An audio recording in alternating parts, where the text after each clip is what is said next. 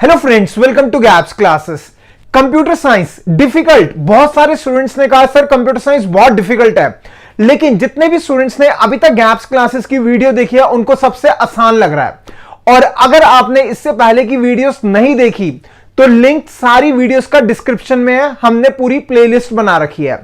इस वीडियो को देखने के बाद आपका कॉन्फिडेंस लेवल और बहुत बढ़ने वाला है। मगर यह चीज ध्यान रखना, कंप्यूटर साइंस सबसे आसान सब्जेक्ट है अगर सीक्वेंस में कराया जाए, अगर इजी तरीके से पढ़ाया जाए। तो गैप्स क्लासेस के जितने भी स्टूडेंट्स आज तक पढ़े हैं उनको तो बहुत आसान लगा है और आई एम श्योर आपको भी आसान लगेगा। मेरी आप सबसे रिक्वेस्ट है, अगर हमारी वीडियो से फायदा हो, 2 वर्ड्स जरूर लिखना, दैट इज थैंक यू। तो इस वीडियो में हम फंक्शन की सीरीज को और आगे बढ़ाएंगे, इसमें भी हमें फंक्शंस का टॉपिक करना है। दोस्तों अमेजिंग, मुझे तो बहुत मजा आ रहा है आप लोगों को पढ़ाते हुए और आई एम श्योर आपको भी बहुत मजा आ रहा होगा। तो हम वीडियो को स्टार्ट करेंगे फंक्शन की सीरीज को, मगर वीडियो को स्टार्ट करने से पहले मैं स्वागत करना चाहूंगा आपका गैप्स क्लासेस के चैनल में।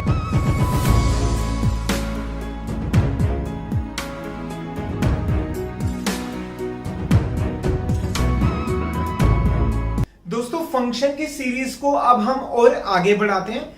इससे पहले कुछ वीडियोस के अंदर मैंने आपको कंसेप्ट सिखाए थे फंक्शंस के, तो तब भी मैंने आपको कहा था कि फंक्शन जो टॉपिक है थोड़ा सा लंबा टॉपिक है लेकिन बहुत ही इजी टॉपिक है। तो स्टार्ट करते हैं। इस वीडियो में हम कुछ और आगे नए कंसेप्ट सीखेंगे फंक्शंस के। नेक्स्ट क्वेश्चन के साथ क्वेश्चन नंबर 6। क्वेश्चन नंबर 6 कहता है write a program to input 2 numbers from the user. हमें क्या करना है, 2 नंबर्स यूजर से एंटर कराने हैं। उसके बाद लिखा हुआ है then pass both the numbers to the function add. उसके बाद जो नंबर्स हमने इनपुट कराए हैं इन दोनों नंबर्स को पास करना है फंक्शन ऐड में। उसके बाद लिखा हुआ है देन फंक्शन ऐड, जो फंक्शन होगा add will find the sum and print the sum. उसके बाद जो फंक्शन ऐड होगा क्या करेगा, सम निकालेगा दोनों नंबर्स का और साथ साथ में क्या करना है, प्रिंट करना है। दोस्तों मैं आपको एडवाइस ये दूंगा कि आप ये क्वेश्चन अभी आगे मत देखो, वीडियो को पॉज करो और खुद लिखो, खुद सॉल्व करो। जब आप खुद सॉल्व करते हो और समझ में आता है कि क्या चीज गलत कर रहे हो, उसके बाद कंसेप्ट सीखते हो तो वो दिमाग में रिटेन रहेगा आपके, और साथ साथ में आपको ये भी पता चलेगा नया कंसेप्ट कोई आया तो क्यों आया। तो स्टार्ट करते हैं क्वेश्चन को सॉल्व करना। क्वेश्चन में लिखा हुआ है सबसे पहले इनपुट कराने हैं 2 नंबर्स फ्रॉम द यूजर। तो इनपुट कराने के लिए मैंने लिख दिया first line a is equal to int input enter the first number. फिर सेकंड नंबर इनपुट कराने के लिए लिख दिया b is equal to int input enter the second number. यहां पर क्या हो गया, 2 नंबर्स इनपुट हो गए, जो क्वेश्चन में लिखा हुआ उसकी फर्स्ट स्टेटमेंट का काम हो गया। उसके बाद लिखा हुआ है क्वेश्चन में pass both the numbers to the function add. उसके बाद क्या करना है, हमें फंक्शन ऐड में दोनों नंबर्स को पास करना है। अब वो दोनों नंबर्स किस में इनपुट है, a और b में, तो इसका मतलब हम फंक्शन के अंदर a और b को पास करेंगे। पास कब करते हैं, जब हम फंक्शन को कॉल करते हैं। और कॉल कैसे करते हैं, सिर्फ और सिर्फ फंक्शन का नाम लिखेंगे। तो फंक्शन का नाम क्वेश्चन में मेंशन है, हमें क्या देना है, ऐड। तो ये लिखा मैंने ऐड, ब्रैकेट स्टार्ट है ब्रैकेट क्लोज। इसके बाद दोनों नंबर्स को पास करने, दोनों नंबर्स किसके पास है, a और b के साथ, b के पास। तो हमने ब्रैकेट के अंदर लिख दिया a, b। अब मैं क्या करूंगा, इसके ऊपर फंक्शन बनाऊंगा। जैसा पहले भी आप वीडियो में सीख चुके हो कि जब भी हम फंक्शन बनाते हैं तो कहां बनाएंगे, ऊपर। तो इससे ऊपर मैंने लिखा def add bracket start close और लास्ट में कॉलन लगाया। अब ध्यान देना, जो नीचे कॉलिंग वाली स्टेटमेंट है सारी मैं टेक्निकल टर्म्स यूज करूंगा जो पहले मैंने आपको बता रखी है। तो नीचे जो स्टेटमेंट है जिसको मैंने रेड से हाईलाइट करा हुआ है वो है हमारी कॉलिंग वाली स्टेटमेंट। तो हम जब कॉलिंग वाली स्टेटमेंट में जब हमने फंक्शन को कॉल करा तो ब्रैकेट में लिखा a, b, और जब हम ऊपर डिफाइन करेंगे डेफ ऐड तो उसके ब्रैकेट में भी 2 वेरिएबल्स लेंगे। तो ये मैंने लिख दिया ऊपर a, b। इसका मतलब जब फंक्शन कॉल हुआ फर्स्ट नंबर गया a के पास, सेकंड नंबर गया b के पास। ये हो गया क्वेश्चन के अकॉर्डिंग जो सेकंड स्टेटमेंट है। अब आते हैं हम थर्ड स्टेटमेंट में, क्या लिखा हुआ है, जो फंक्शन होगा वो सम निकालेगा इन 2 नंबर्स का। तो इसका मतलब हमने क्या कर दिया, c is equal to a plus b लिख दिया। और फिर क्या करना है, हमें प्रिंट करना है। तो हमने लिख दिया print sum of 2 numbers is c। ठीक है, लिख लो इस प्रोग्राम को, बहुत ही सिंपल सा प्रोग्राम है, नोट डाउन कर लो। अब ध्यान देना दोस्तों, आगे चलने से पहले इस क्वेश्चन के अंदर एक एरर है, आपने एरर निकालना है, फाइंड करना है आपने एरर, क्या एरर है। तो उस एरर को मैं हाईलाइट कर रहा हूं, ये मैंने हाईलाइट कर दिया। क्या एरर है, फंक्शन के अंदर जितनी भी स्टेटमेंट्स होती है वो इंडेंट करके आती है, तो हमने क्या करा, थोड़ा सा इसको राइट साइड पे कर लिया। Now this is the final answer, note down कर लो इसको। दोस्तों अब आते हैं नेक्स्ट क्वेश्चन पे, क्वेश्चन नंबर 7। क्वेश्चन नंबर 7 कहता है write a program to input 5 numbers from the user. हमें क्या करना है, 5 नंबर्स यूजर से एंटर कराने हैं। उसके बाद क्वेश्चन में लिखा हुआ है pass all the 5 numbers to the function AVG. उसके बाद हमें क्या करना है, फंक्शन में पांचों के पांचों नंबर्स पास करने हैं, फंक्शन का नाम क्या है, एवीजी। नेक्स्ट लिखा हुआ है the function AVG will find the average of all the 5 numbers. जो फंक्शन एवीजी होगा वो एवरेज निकालेगा पांचों नंबर्स का। एंड लास्ट स्टेटमेंट है and print the average, average को हमें प्रिंट करना है। तो इससे पहले वाले क्वेश्चन में मैंने आपको सिखाया था 2 नंबर्स कैसे पास करने हैं, तो इसमें कितने नंबर्स पास करने हैं, 5 नंबर्स। तो मैं आपको यही कहूंगा कि पहले आप वीडियो को पॉज करो, खुद सॉल्व करना और उसके बाद आगे सॉल्यूशन देखना, क्या जो आपने लिखा है और जो ये मैं लिखूंगा क्या वो सेम है या नहीं है। तो चलते हैं सॉल्यूशन के अंदर। सॉल्यूशन क्वेश्चन क्या कहता है, हमें 5 नंबर्स इनपुट कराने हैं, तो मैंने 5 नंबर्स इनपुट कराने के लिखा a is equal to int input enter the first number. वैसे ही लिखा b is equal to int input enter the second number. Same c लिखा और उसके बाद d लिखा एंड लास्ट इज e लिख दिया। इससे क्या हो गया, 5 नंबर्स इनपुट हो गए। अब हमें क्या करना है, इन पांचों नंबर्स को पास करना है फंक्शन में। फंक्शन का नाम है avg। तो यहां लिखा मैंने avg और ब्रैकेट में क्या लिख देंगे, जिसके अंदर हमने इनपुट्स कराए हैं। इनपुट किस में कराया है, A B C D E के अंदर, तो हमने ब्रैकेट में लिख दिया a, b, c, d, e। ठीक है, यहां तक क्लियर। इस लाइन से क्या हुआ, हमारा फंक्शन कॉल हुआ। अब हम ऊपर फंक्शन बनाएंगे, तो ऊपर लिखा मैंने def avg bracket start close और कॉलन। अब ध्यान देना, जो नीचे हमने लिखा था avg, जहां पर हमने फंक्शन को कॉल करा था वहां पे हमने 5 वेरिएबल्स पास करे थे। तो जब हम ऊपर फंक्शन डिफाइन करेंगे तब हम क्या करेंगे, ब्रैकेट के अंदर 5 वेरिएबल्स लेंगे। तो नीचे क्या लिया हुआ है, ABCDE, तो मैंने ये ऊपर भी ABCDE ले लिया, 5 वेरिएबल्स ले लिए। अब क्या करना है, क्वेश्चन के अकॉर्डिंग हमें इनका एवरेज निकालना है। तो फंक्शन के अंदर लिखा f is equal to a plus B plus C plus D plus E, brackets में डाला डिवाइड बाय 5।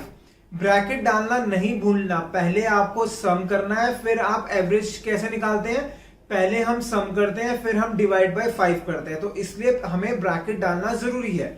अगर आप ब्रैकेट नहीं डालोगे तो आंसर गलत आएगा, तो वो आप खुद चेक कर लेना, अगर ब्रैकेट नहीं डालोगे तो आंसर क्या आ रहा है। उसके बाद क्या करना है, हमें प्रिंट करना है। तो हमने उसके बाद लिखा print average of 5 numbers is, किसके अंदर आ गया एवरेज, f के अंदर, तो ये आ गया हमारा f। ठीक है, नोट डाउन कर लो इस प्रोग्राम को। दोस्तों क्वेश्चंस बहुत ही सिंपल होते हैं, जैसे मैंने आपको बताया, कंसेप्ट आना चाहिए, बेस स्ट्रॉन्ग होना चाहिए। बेस स्ट्रॉन्ग होगा तो इसके बाद आप किसी भी टाइप के क्वेश्चंस को कर जाओगे।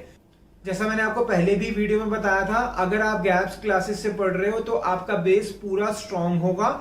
उसके बाद आप दुनिया की किसी भी बुक को उठा लोगे पाइथन की, आपको सब टॉपिक्स आसान लगेंगे। कोई भी बुक कर लो, चाहे इंडियन ऑथर्स की चाहे फॉरेन ऑथर्स की। बट साथ साथ में मैंने आपको ये भी बताया था, बहुत ही जल्द गैप्स क्लासेस की बुक पब्लिश होगी, तो डिस्क्रिप्शन में आप चेक कर लेना बुक पब्लिश हुई है या नहीं हुई। अगर बुक पब्लिश हुई है तो सिर्फ गैप्स क्लासेस की बुक लेना, उसमें सब चीजें सिस्टमैटिक तरीके से आपको सब सही से समझ में आएगा। ठीक है, उम्मीद रखूंगा आपने इसको नोट कर लिया होगा। अब ध्यान देना, साथ में इस क्वेश्चन के अंदर एरर है। क्या एरर है उसको मैं हाईलाइट कर रहा हूं। काफी स्टूडेंट्स को पता चल चुका होगा एरर क्या है, तो ये मैंने हाईलाइट कर दिया। क्यों एरर है, क्योंकि फंक्शन में जितनी भी हम स्टेटमेंट्स लिखते हैं वो इंडेंट करके लिखते हैं, तो इसको मैंने थोड़ा सा राइट साइड कर लिया। Now this is the final answer, इसको नोट डाउन कर लो। दोस्तों फंक्शन के आगे क्वेश्चंस करने से पहले आपका टास्क क्या है, पहले मैं टास्क बताऊंगा, वो आपने करना है। और जो गैप्स क्लासेस के स्टूडेंट्स हैं उन लोगों ने मुझे ये बताना है, जो मैं अब आपको बताने वाला हूं वो प्रैक्टिकल करके आपको ये बताना है क्या कोई फर्क पड़ेगा वेरिएबल्स के नेम से या नहीं पड़ेगा। ध्यान से क्वेश्चन समझना। ये हमने प्रोग्राम लिखा हुआ है एवरेज वाला, जब हमने फंक्शन कॉल करा है तो हमने नीचे लिखा हुआ है a, b, c, d, e, और उसके बाद जब हमने ऊपर फंक्शन को डिफाइन करा है डेफ एवीजी ब्रैकेट में a, b, c, d, e लिया हुआ है। अब क्वेश्चन ये है, जहां हमने डिफाइन करा हुआ है फंक्शन को, मतलब जहां पे डेफ लिखा हुआ है, क्या उस फंक्शन के ब्रैकेट्स के अंदर जो हमने a, b, c, d, e लिया है, क्या हम इसकी जगह कुछ और ले सकते हैं या नहीं ले सकते? कहने का मतलब ये a, b, c, d, e की जगह क्या मैं a1, b1, c1, d1, e1 ले सकता हूं या नहीं ले सकता? अगर ले सकते हैं तो f जो लिखा हुआ है हमने a plus B plus C plus D plus E, इसकी जगह क्या आ जाएगा a1 plus b1 plus c1 plus d1 plus e1।